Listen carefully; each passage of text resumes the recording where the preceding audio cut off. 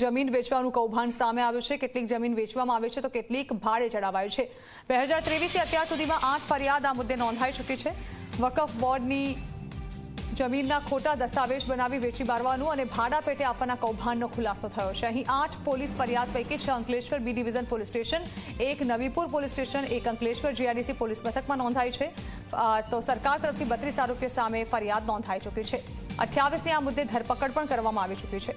28માંથી અમુક આરોપી જેલમાં બંધ છે તો કેટલાકને જામીન મળી ગયા છે। આ સમગ્ર કૌભાંડના મુખ્ય આરોપીઓ અફસાના બાનુ કાઝી 6 કેસમાં, મુકેશ જૈન કૌભાંડના 5 કેસમાં, ઇકબાલ ડેરિયા કૌભાંડના 3 કેસમાં, ધનજી ડોબરિયા 1 કેસમાં તેમજ હાજી અલી આદમ બંદૂકવાલા પણ 1 કેસમાં તેની સંડોવણી બહાર આવી છે।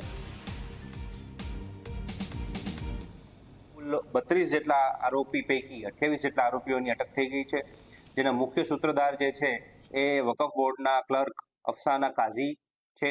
આ સાથે એમના અન્ય આરોપીઓમાં ઇકબાલ ડેરૈયા, મુકેશ જૈન, ઇસ્માઇલ યુસુફ પાંડોર તથા યુસુફ ગુલામ મોહમ્મદ પાંડોર અને આ સિવાયના અન્ય આરોપીઓને પણ પોલીસે કાયદેસરની કાર્યવાહી કરી અને 32 પૈકી 28 આરોપીઓને અટક કરેલ છે।